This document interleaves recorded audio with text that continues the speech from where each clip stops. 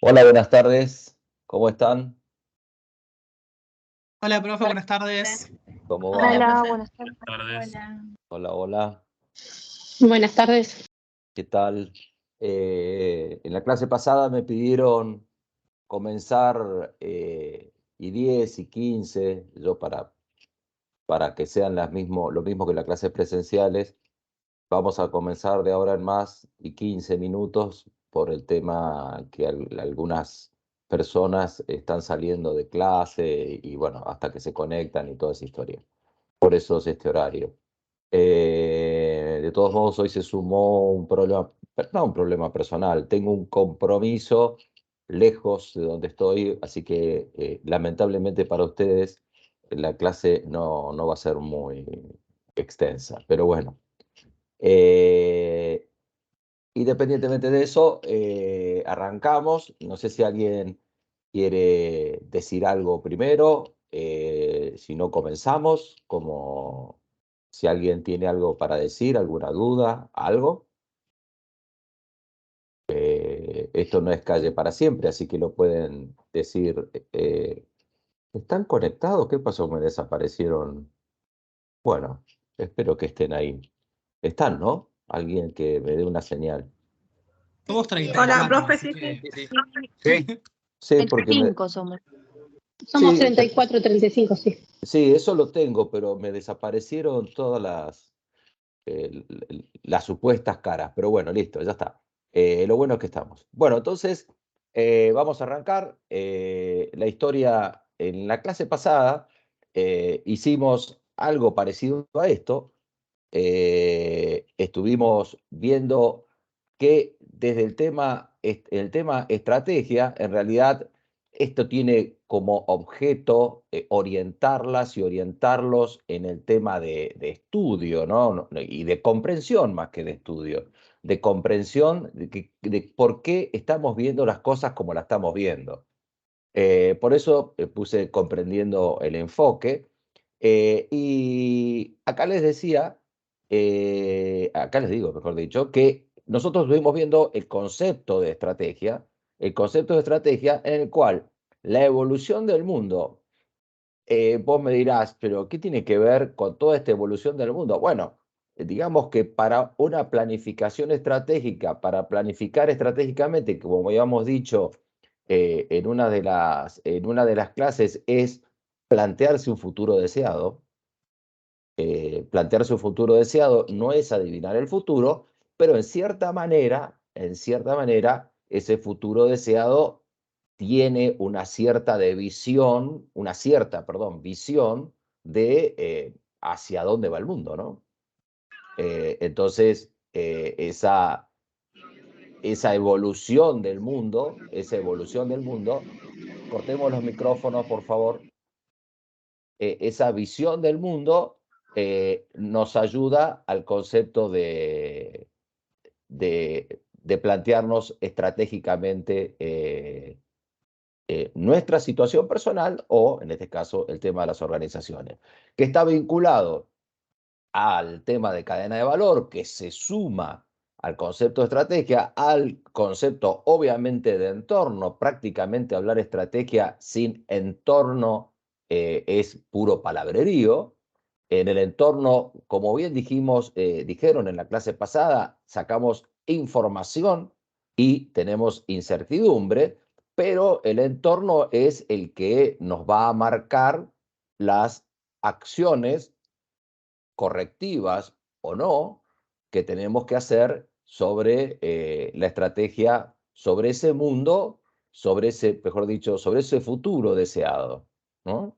Y después vimos responsabilidad social empresaria, que se suma a un concepto más estratégico, donde independientemente de la visión del mundo reinante, hay una necesidad y afortunadamente, aparentemente hay una evolución del estado de conciencia hacia la responsabilidad social empresaria.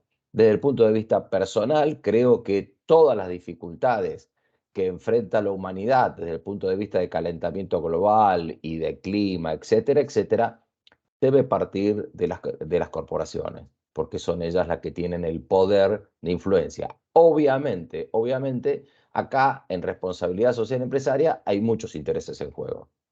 Muchísimos intereses en juego que, por ejemplo, en el video que ustedes vieron la clase pasada o que tenían para ver la clase pasada sobre responsabilidad social empresaria, decía que un buque contaminaba más que el 40, el transporte marítimo contaminaba más que el 40% de los vehículos en el mundo. Entonces, es decir, ¿quién le dice al transporte marítimo no existís más? ¿No? Entonces, hay todo un trabajo por hacer que esto se los digo porque no es cuestión de tomar a esto como algo que se suma a la estrategia y ya está, sino que, bueno, esto requiere un arduo trabajo de la humanidad toda.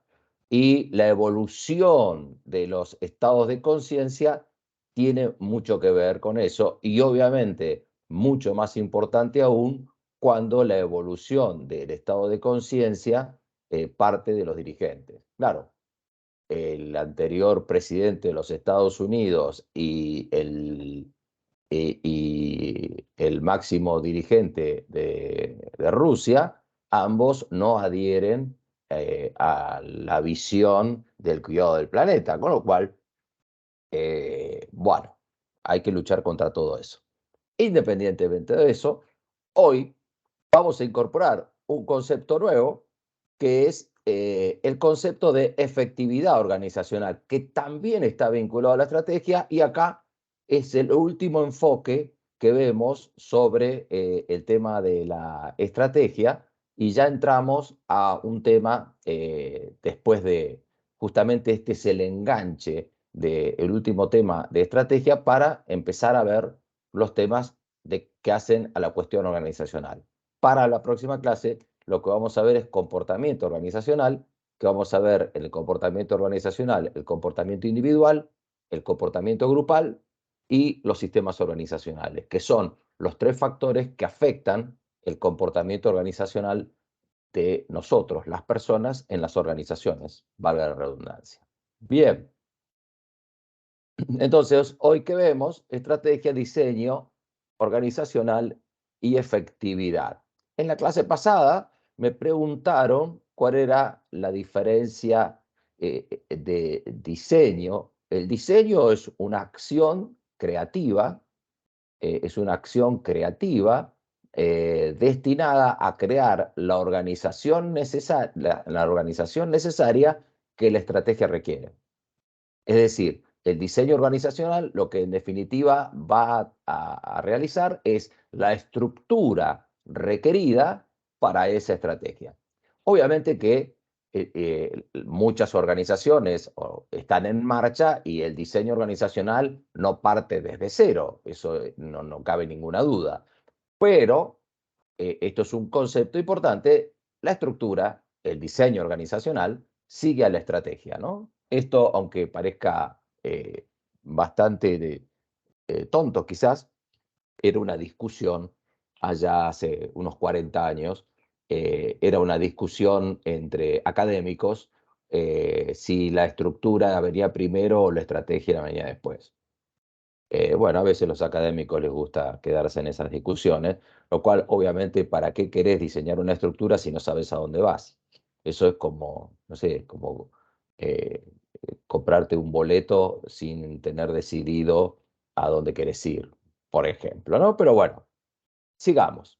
Entonces, lo primero que plantea, no te lo estoy diciendo igual que lo dice el autor, pero te lo estoy diciendo quizás a mi criterio, de una manera más ordenada. Habrás escuchado hablar que la estrategia, en primer lugar, lo que se hace es establecer cuál es la misión y la visión de la organización. Y cuando hablamos de eso, entramos en términos muy confusos, donde misión, visión, para colmo no es misión y paralelepípedo, palabras bien distintas, no, misión y visión, una cosa bien confusa, Pero bueno, entonces vamos a empezar a entender, y el autor te da esto. Te traje directamente lo que el autor te da, te da la misión y visión de una compañía de seguros, ¿no? De una compañía de seguros. Entonces, si nosotros analizamos la visión, es esta parte, es esta la misión, yo también la complico, le agrego mayor complicación a la historia, la misión dice ayudar a que las personas manejen los riesgos de la vida diaria, se recuperen de lo inesperado y realicen sus sueños. Somos personas que hacen su negocio, Nuestro éxito está constituido sobre cimientos de valores. Es decir, la misión es una razón de ser por la cual existe la organización, ¿no? Es una definición, como lo ven, muy escueta, muy corta, donde se puede referir a la misión fundamental, que es ayudar a las personas a que manejen sus riesgos, en este caso una compañía de seguros, pensar en las personas y pensar cuál sería nuestro éxito, definir cuál sería nuestro éxito. Esa es la misión, una razón de ser. Yo soy esto. Eso es una misión. ¿Qué misión quiero tener yo en la vida? Y bueno, ponete a pensar y escribí esto. Me importa tres pitos cualquier cosa. Es decir, son tres factores que vos estableces en una organización que es un factor guía. Son factores que tienen que ser factores como verás, vectores que te indican hacia dónde va la organización. Y la visión tiene que ver con una cuestión más temporal. Más temporal. Una vez un alumno me puso como respuesta la fecha. No es tal así una fecha tan específico, pero es decir, ¿cómo te querés ver en el futuro? Y acá dice, la visión es ser la primera y mejor opción para el cliente en el futuro, en los productos y servicios que ofrecemos. Algunos dicen en los próximos 20 años, algunos dicen, etcétera, etcétera. Eso, en esta formulación de la misión y la visión, no hay ningún tipo de reglas, ¿no? No hay ningún tipo de reglas, siempre sí son escuetas. Algunas organizaciones las hacen públicas. Antiguamente se colgaban los cuadritos en las organizaciones. Hoy las organizaciones tienen otras maneras de comunicarse y sobre todo de tenerlo en la información. Y van a encontrar muchas de estas definiciones en las web de diversas compañías que existen en el mundo. Entonces, misión, razón de ser, visión, algo temporal, cómo te querés ver de acá en más. A partir de allí, interrúmpanme cualquier cosa, ¿eh? Profe, una pregunta. Sí. Entonces, la misión es el propósito y de la compañía o de la organización, perdón, y la estrategia es el cómo lograr esa misión o propósito. Es una pregunta.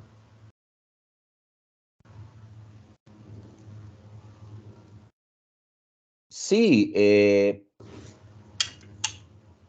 alguien, ahí está. La misión regula de alguna manera a la estrategia, porque la misión no la definís todos los días. La misión es algo que es como una regla, como una guía que debería, valga la redundancia, guiar tus comportamientos. Y la estrategia es casi te diría como una constitución, ¿no? Donde las leyes pueden decir muchas cosas y ocuparse de temas diversos, pero no violar ninguno de los artículos de la Constitución.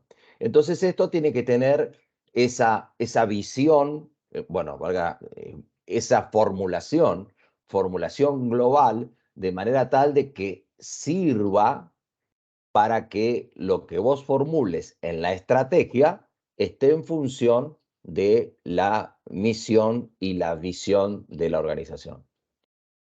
Vas a encontrar mucha bibliografía que te dice la estrategia arranca con la misión y la visión. Bueno, eso es cuando te empezás a sentar por primera vez a pensar en algo. Pero la misión y la visión no es algo que se revisa todos los días, ni todos los meses, ni todos los años. Obviamente es revisable, como también es revisable una constitución nacional. Es decir, todo es revisable en la medida que la organización lo entienda. Esto no hay normas, ¿no? No sé si te quedó claro, Ignacio, lo que te respondí. Sí, sí, clarísimo. Bárbaro. Muchas gracias. Entonces, no, por favor. Entonces, acá ustedes tienen, con Firuleta y todo, el tema de que después de la misión y la visión vienen las metas que determinan un resultado global, el objetivo que ya te dice, como yo se los dije en la clase, la meta es quiero viajar, el objetivo es quiero viajar en agosto, del 17 de agosto al 30 de agosto a tal lugar, y ya especificás, y voy a viajar y quiero viajar en tal compañía, o no, o decís eso, y después el plan establece, bueno, ¿cómo hago para viajar? Me voy a hacer, tengo que juntar dinero, tengo que hacer esto, voy a sacar el pasaje, entonces planificás todo en función del objetivo y en función de las metas. Vas a encontrar mucha bibliografía que toman como sinónimos objetivo y meta. Yo te aclaro el tema, ahí, como esto no es medicina, si nosotros fuéramos medicina, estas dudas serían muy importantes, pero como no es medicina, se permite mucho charlatanerío en estas disciplinas. Para que te quede más o menos claro, la estrategia respondería, más o menos pregunta dónde, cómo, por qué. Dónde, cómo, por qué. Y la táctica, es decir, todo lo que viene abajo de la estrategia, que son todos los planes, etcétera, qué, cuándo y quién. ¿Mm? A veces estas divisiones, decir, pero los objetivos, ¿qué pasa con los objetivos? Te determinan cuándo, qué cosa, quién lo va a hacer. ¿Son las únicas preguntas? No son las únicas preguntas, pero son preguntas estas más o menos que te orientan qué es lo que se ocupa cada una de las cosas.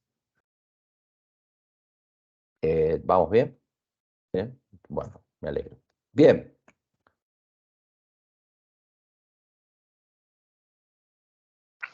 Profe, Señora. ¿puede ser que también se pueda confundir la visión con el objetivo? No, porque la visión es una visión de cómo te querés ver. Vos, por ejemplo, decís, yo de aquí a 20 años quiero ser una profesional reconocida, exitosa o reconocida en el campo de la responsabilidad social empresaria, por ejemplo, ¿no? Y después, bueno, vos para esa visión de aquí a 20 años, vos tenés que hacer trazarte una serie de objetivos para lograr cumplimentar esa visión. ¿Mm?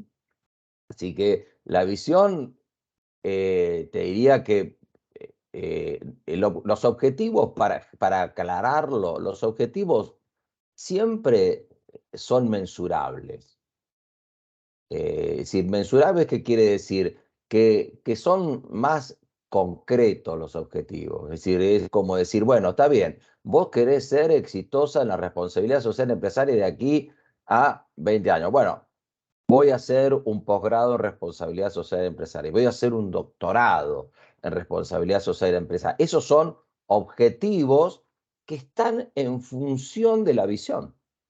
están en función de la visión.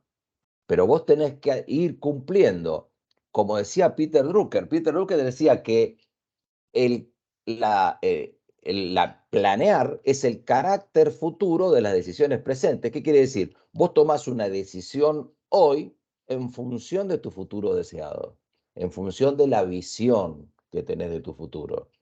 Entonces, hoy tomas una decisión y decís, bueno, yo voy a estudiar esto, me voy a perfeccionar en esto, voy a hacer esto, voy a ir a participar a las conferencias de esto, me voy a hacer conocida a través de, voy a escribir este libro, etcétera, etcétera, etcétera. Una serie de objetivos que te llevan o te tendrían que llevar a esa visión. ¿Está?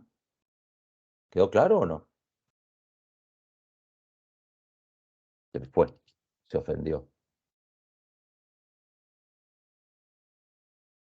Quedó congelada, me parece. Bueno, ya volverá.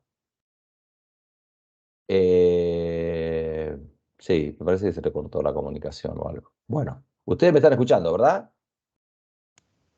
Sí, Sí, sí. sí. Bueno, bárbaro. No, Sí, porque sí, ella profe. la tengo congelada ella. Y bueno, quería saber por dónde venía la mano. Bueno, en el libro ustedes van a encontrar algo así. Y les explico cómo interpretar esto. Está el proceso de planificación, un proceso de observación de la situación externa, oportunidades, las amenazas, la incertidumbre, los recursos, ¿no? Que es lo que uno obtiene del exterior, y una observación interna, dónde estás fuerte, dónde estás débil, cómo está tu liderazgo, la ventaja competitiva y una serie de cuestiones eh, que hacen mucho más a tu visión. Es decir, que planificar, Perdón, profe, no lo quise dejar, se me cortó. me imaginé, por eso no, pero ¿pudiste escuchar o no? Escuché el principio y justo se me cortó. Pero bueno, después lo veo en la clase grabada, sí, siguió explicando. Bueno, después, ahora te lo explico, pero bueno. Bueno, Acá hay un proceso, quiere decir que el proceso de planificación es una visión de lo externo y lo interno simultáneamente. Es ese proceso de planificación de observar el exterior, el interior, te da, voy a decir, bueno, voy a hacer esto. Esto el autor lo llama intento estratégico. Lo podía haber llamado de cualquier otra manera. Lo llamó intento estratégico. Es decir, vos tomás la meta, los objetivos, tu ventaja competitiva, es decir, tu ventaja competitiva la llevas adelante porque la ventaja competitiva, no olvidemos que cuando vimos el video de Porter, Porter nos dice que el objetivo de la estrategia es hacernos únicos, objetivo, ¿no? Único, no quiere decir que nadie más sea como nosotros, pero único, el hecho de ser único es que por eso te eligen. Entonces, vos decís, yo voy a hacer eso. ¿A través de dónde aplicamos la estrategia? Este intento estratégico que es lo que vos decidiste hacer. En el proceso de planificación, decidiste ese intento estratégico. ¿A través de dónde lo haces? A través de la estructura. A través de la estructura, los sistemas de control, tu tecnología, las políticas de recursos humanos, la cultura organizacional, etcétera, etcétera. Es decir, que por eso entramos a jugar en este concepto de diseño organizacional. ¿Mm? Entonces, este diseño organizacional es por donde se aplica la la estrategia. La estrategia se aplica a través del diseño organizacional. Entonces, esto es lo importante a tener en cuenta. Después tenés la medición de los resultados, que lo verificás y retroalimentás este proceso de planificación para modificar o corregir desvíos. Es decir, que hay que tener en cuenta que el 80% de las estrategias fracasan en este punto. No fracasan porque son malas ideas. Y fracasan en este punto donde hay falta de verificación de las estrategias. Es decir, tenemos la idea que puede ser una buena idea, pero a la hora de implementación es donde fallamos.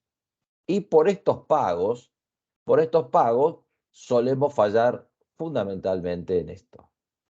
Nos metemos en ideas muy lindas, pero después, a la hora de implementar,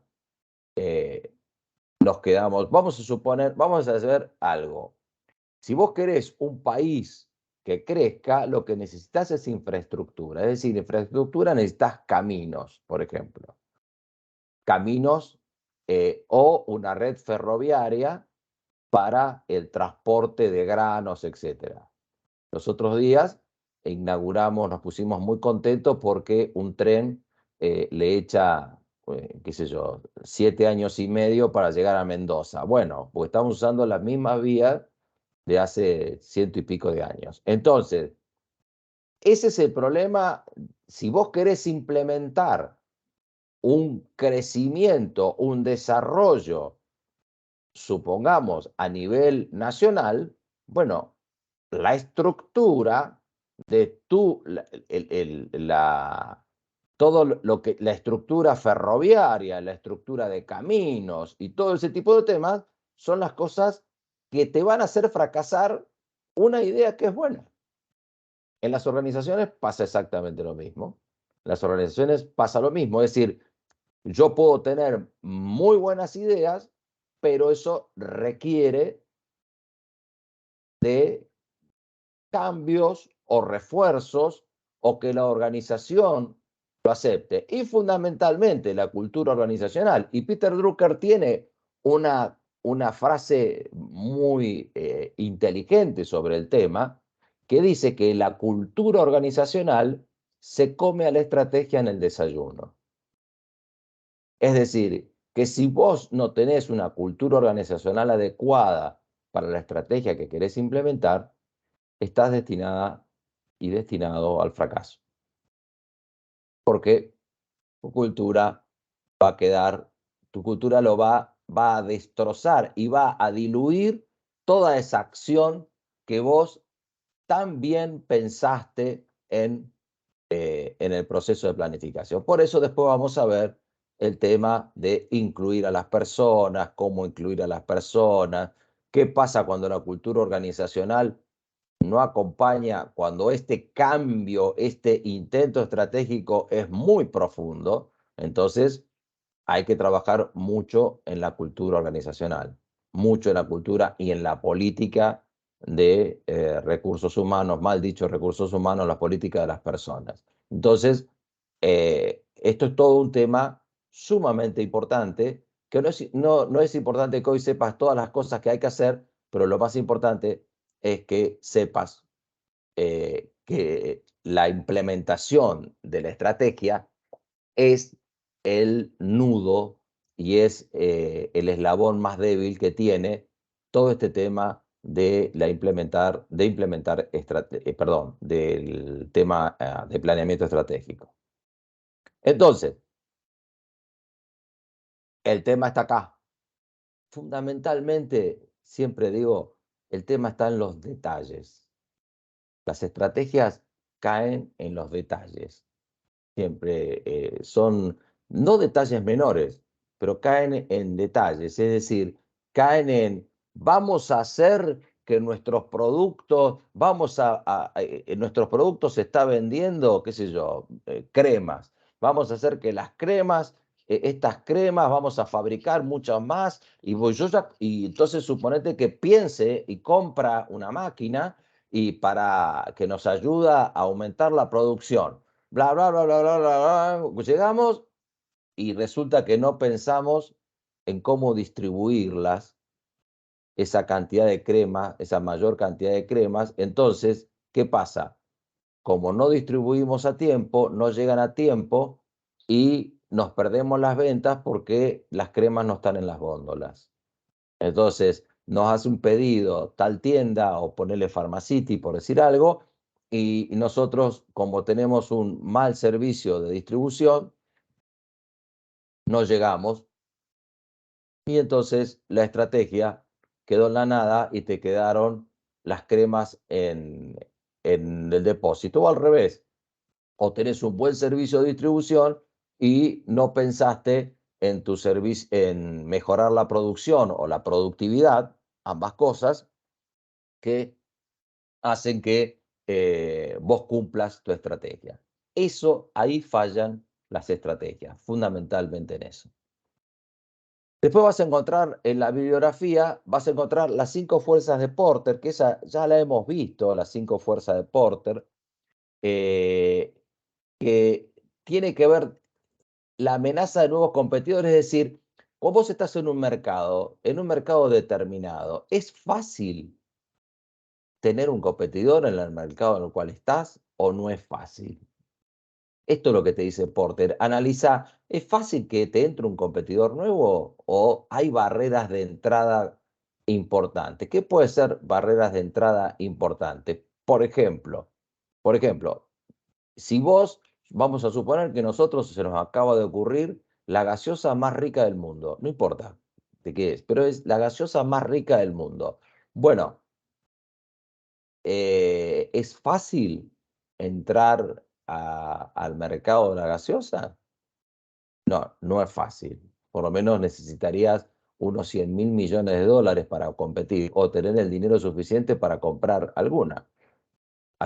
¿Por qué? Porque estás compitiendo con una monstruosidad de poder de distribución que tienen estas empresas que trabajan en este mercado, en el mercado de las gaseosas. Con lo cual, es un mercado altamente competitivo. En realidad no es el mercado de las gaseosas. Hoy se unificó el mercado, es el mercado de las bebidas sin alcohol directamente, donde compiten la gaseosa con el agua saborizada y con todo tipo de bebidas saborizadas sin alcohol o no saborizadas o aguas, etc. Independientemente de eso, ahí tenés cuál riesgo tenés de amenaza de nuevos competidores, como amenazas de productos sustitutos. Amenaza de productos sustitutos, Coca-Cola vio esta amenaza de productos sustitutos y dijo, che, la gente eh, eh, quiere comer más sano, con lo cual la Coca-Cola regular, la que se llama regular a la Coca-Cola típica, a la original, digamos, la Coca-Cola regular ya no va, entonces empezó con las dietéticas, etcétera, etcétera, hasta que, che, ¿por qué estamos vendiendo menos? No, porque la gente se está yendo al agua saborizada, entonces entró en el mercado de aguas saborizadas, etcétera, etcétera, etcétera. Entonces, la amenaza de productos sustitutos puede venir por ese lado, como puede venir por otro lado, como habíamos hablado los otros días con el tema de los drones, que pueden estar, que pueden estar, no, que van a reemplazar, a mí no me cabe en duda, los fuegos artificiales. En el futuro, los fuegos artificiales van a desaparecer, porque estoy absolutamente convencido de que los drones van a llegar a simular los fuegos artificiales de alguna manera. ¿En cuánto tiempo? No lo sé. Pero ya hay espectáculos en la noche similares a los fuegos artificiales que son hechos con drones, con lo cual ahí entra un producto sustituto que no necesariamente puede provenir de tus mismos competidores. Entramos a 2 puntos ahora, el poder de negociación con los proveedores y el poder de negociación con los compradores. Sí. Perdón, te digo algo así al pasar. Yo ya vi un espectáculo con drones que hacen fuegos artificiales. O sea, se hacen pasar por. Y es grande, pero sí, ya vi. Sí, no hay. No, yo también lo he visto. Lo que pasa, sí, lo he visto. Lo que pasa es que me refiero al fuego artificial como lo conocemos hoy, al explosivo, digamos, a ese como medio, como lo tenemos incorporado como de festejo. Hoy se hacen muchos dibujos, sí, yo lo veo a diario, pero no a diario, digamos. ¿No? Sigo la Fórmula 1 y se utiliza mucho en las carreras nocturnas. Y bueno, es un espectáculo que además, bueno, permite multicolores y bueno, todo, obviamente todo controlado por software, ¿no?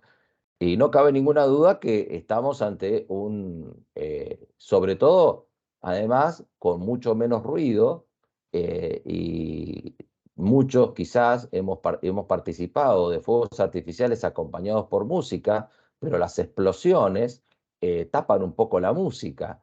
Y bueno, ya con los drones eso va a ser algo. Si bien los drones todavía emiten ciertos sonidos, seguramente en el futuro cada vez van a ser menor.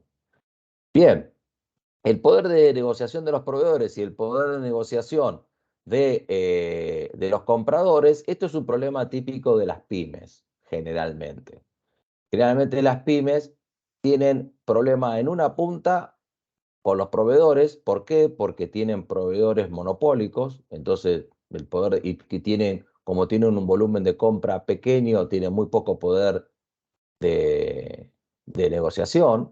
Y si no, se produce el otro punto, que es que tienen un cliente lo suficientemente importante en el cual tienen muy poca posibilidad de negociación, y es más el cliente el que impone las condiciones que lo que puede imponer la organización. Esto son las 5 fuerzas de Porter, que ya lo habíamos visto. Y esto es el tema de las estrategias competitivas de Porter, que también lo tiene el autor. Y acá, por ejemplo, dice liderazgo bajo en costos, el alcance competitivo amplio y la ventaja competitiva es costo bajo, es Ryanair, que es una compañía aérea. Una compañía aérea. Pero la compañía aérea, es decir, ¿qué es bajo en costo? No es solamente precios bajos. Las compañías de low cost, que las conocemos nosotros comúnmente, las low cost, no te dan nada. Es decir, el servicio de low cost, pero totalmente abierto, nada te doy. Y si quieres llevar un equipaje, pagalo aparte. Y si quieres llevar esto, pagalo. Y si no quieres llevar nada, no pagues. Obviamente esto tiene sus temas, ¿no? Sus temas.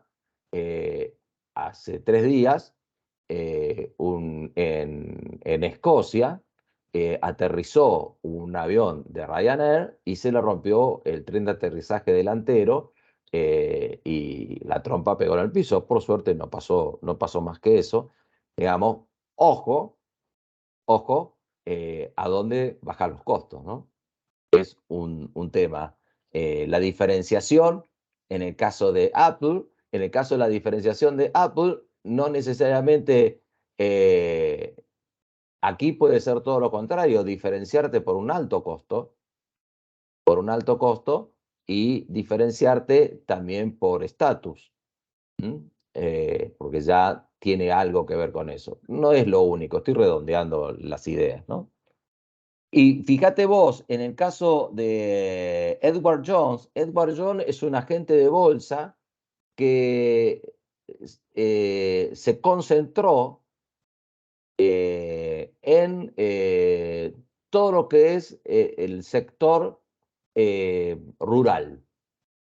No fue a las grandes ciudades. Y los clientes son rurales, con inversiones muy conservadoras en función de la cultura que tienen generalmente las personas del interior.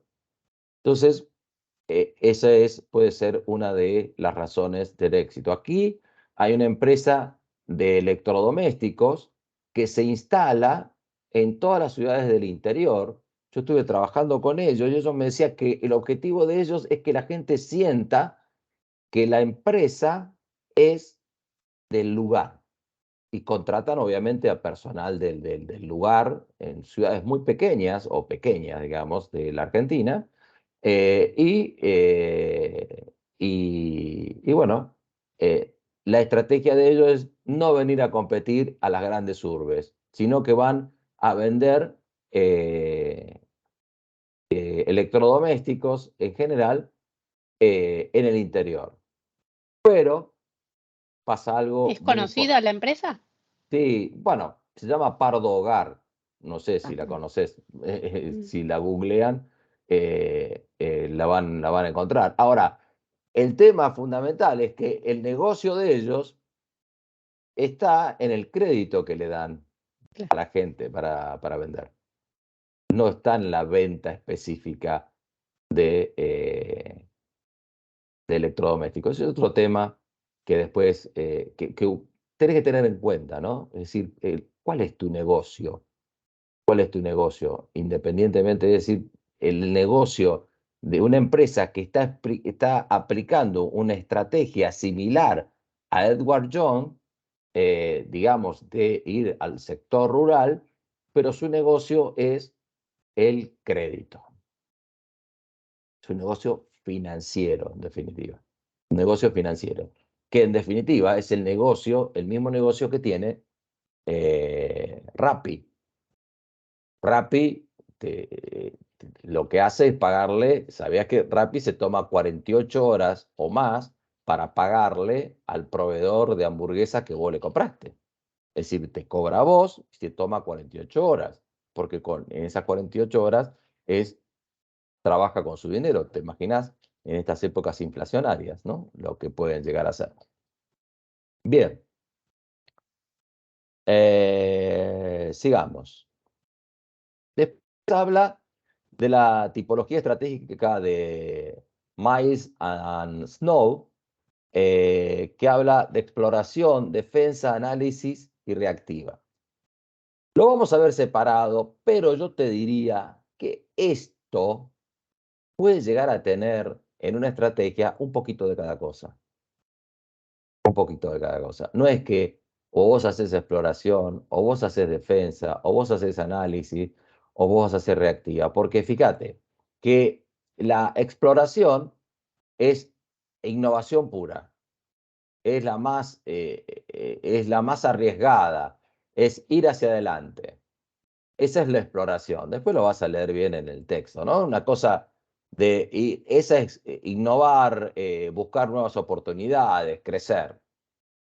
Eso no podemos decir que esta empresa que después dice defensa se preocupa por la estabilidad, incluso mantener los clientes actuales. Bueno, esto puede llegar a ser en un momento determinado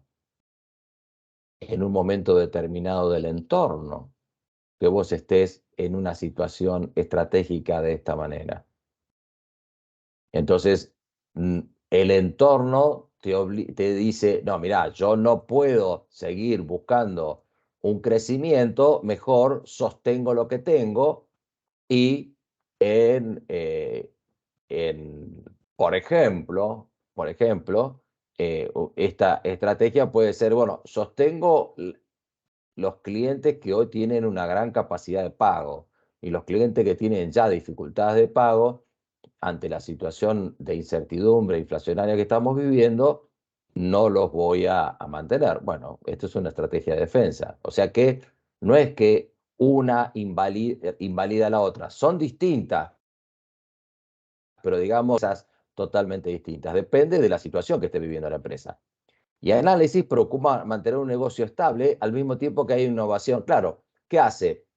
Por un lado te mantiene estable el segmento que está manejando y por otro busca el crecimiento. Bueno, esto te diría que la mayoría de las empresas hacen análisis y aplican, dependiendo en algún lugar la defensa y en otro lugar la exploración, a partir del análisis. ¿Está? Digo, para que no se tome como cada una de estas cuestiones como algo mutuamente excluyente, y no lo es. Y por último, la reactiva es que dice que es tardía. Bueno, es reactiva de decir, che, mirá qué bien que cómo la pegó aquel con esto, vamos porque no podemos quedar afuera. Está bien, estás arrancando tarde, pero es mejor arrancar tarde que no estar. Acá tenemos que estar, digamos, esa es la reactiva. Y por último, esto ustedes no ven, yo no veo nada de esto, tienen esta tablita que lo que hace el autor es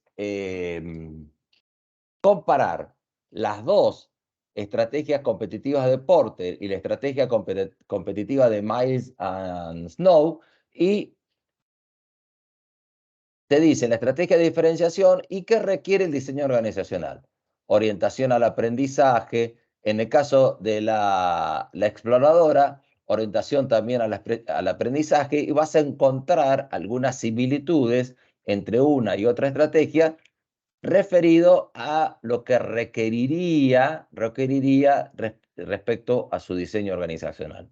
Acá, como vemos, independientemente que te lo sepas de memoria o no, sí tienes que tener una tendencia, no te digo que te sepas todo de memoria cada uno de los puntos, pero una orientación de aprendizaje, capacidad de investigación, a veces se decantan, ¿no? Se decantan las cosas cuando estás hablando de las estrategias, ya las mismas estrategias te van diciendo qué estructura organizacional se requiere. Obviamente, lo tienen en el texto, esto tal cual se lo estoy mostrando, y ustedes tienen la posibilidad de traerlo a clase al texto y discutirlo en clase. Si ustedes lo creen conveniente, si ustedes no lo comprenden al texto, que esto es lo importante que ustedes tienen que tener en cuenta, que ustedes tienen las puertas abiertas como para venir con el texto y decir al principio de la clase, esto yo no lo entiendo. Y entonces lo hablamos. Para eso estoy, ¿no? Lo ideal sería que las clases fueran así. Ustedes vengan con las dudas y no que yo exponga como si fuera un genio, cosa que no soy. Así que bueno, esto es lo que ustedes tienen para leer. Y colorín colorado, bien moderno yo, este cuento se ha terminado y bien, rueda de preguntas, dirían cuando haces exposiciones. eh, no sé si alguien quiere preguntar algo.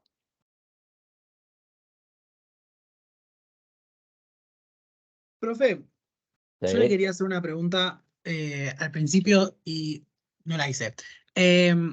A mí me confundo un poco, habiendo leído sobre entorno organizacional y sobre cómo la estrategia y el diseño básicamente se ve influido por el entorno, pero a mí lo que más me genera duda es cómo se determina que hay un cambio en el estadio de conciencia y que no es meramente un cambio sustancial del entorno. O sea, ¿cómo se determina que, no sé, es como, me parece muy raro cómo se va cambiando cada vez más el paradigma y más rápidamente y se sabe y se determina que es un cambio de paradigma y no un mero cambio dentro del mismo paradigma? No sé si se entiende mi pregunta.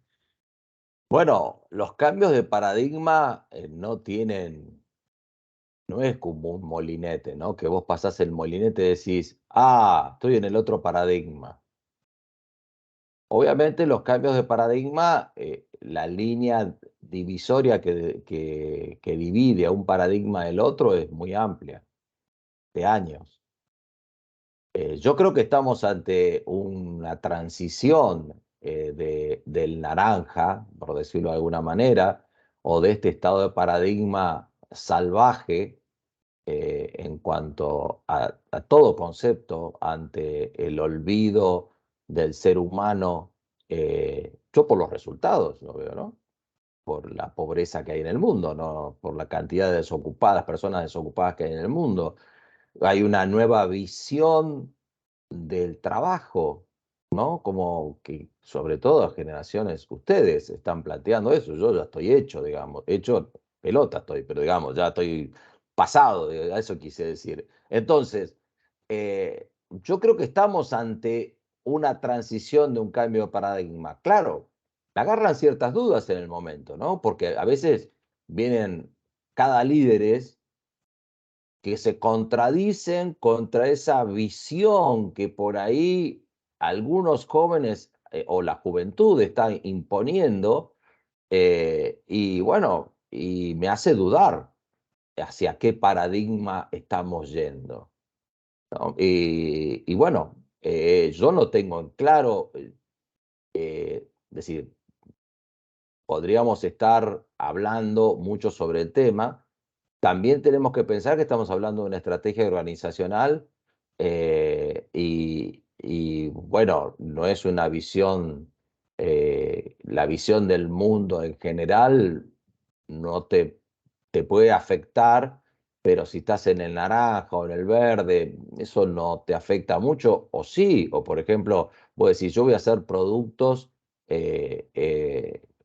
por ejemplo, el veganismo. El veganismo es algo que independientemente, yo lo que no estoy de acuerdo son con esas cuestiones, la evangelización, es decir, si vos sos vegano o vos sos lo que sea, o cristiano, está bien, ejercelo, pero a mí déjame tranquilo. De todos modos, yo que como carne y no soy vegetariano, ni siquiera soy vegetariano, algunos conceptos del veganismo me pegan. Digo esto porque el veganismo trae nuevos estados de conciencia, sobre todo lo que tiene que ver con el cuidado animal. Si ustedes vieran lo que es la producción de pollo, es aterradora, tremendo. Realmente cómo se tratan a los pollos, pero no estoy hablando de los pollos grandes, los pollos chiquitos, es casi, eh, yo lo que voy a decir es impresionable, así que si yo ya les digo que voy a decir impresionable, no quiero afectar a nadie, pero los pollitos chiquitos caen en una tolva y hay un tipo que se mete con una bota dentro de la tolva y está con una pala para que los pollitos pasen por a través de un caño. Entonces vos decís, vos ves eso y decís, parda, che, porque el veganismo, la verdad que hay muchas cosas que yo comparto. Entonces, Ignacio, yo no te sé decir cuál es el próximo estado de conciencia, hasta dónde va a llegar a pegar eso. ¿Por qué? Porque hay muchos intereses encontrados. Obviamente hay monstruosidades de fábricas, mirá lo que me salió el término, fábricas de pollo, prácticamente son fábricas de pollo. Entonces, el estado de conciencia lucha, el nuevo estado de conciencia lucha contra el viejo estado de conciencia, no cabe ninguna duda. Y obviamente es un tema difícil de determinar. Claro, es más fácil hablar retrospectivamente, hablar hacia atrás, pero hacia adelante, bueno, estamos viendo y yo estoy tratando de influir no en el pensamiento, sino de generarles un pensamiento crítico sobre el estado de conciencia actual para decir, bueno, hay otra posibilidad de que el mundo sea distinto, pero bueno, hay que pelearla. No sé si respondí tu pregunta o me fui al diablo. No, sí, gracias. Perdón. ¿Hay el más?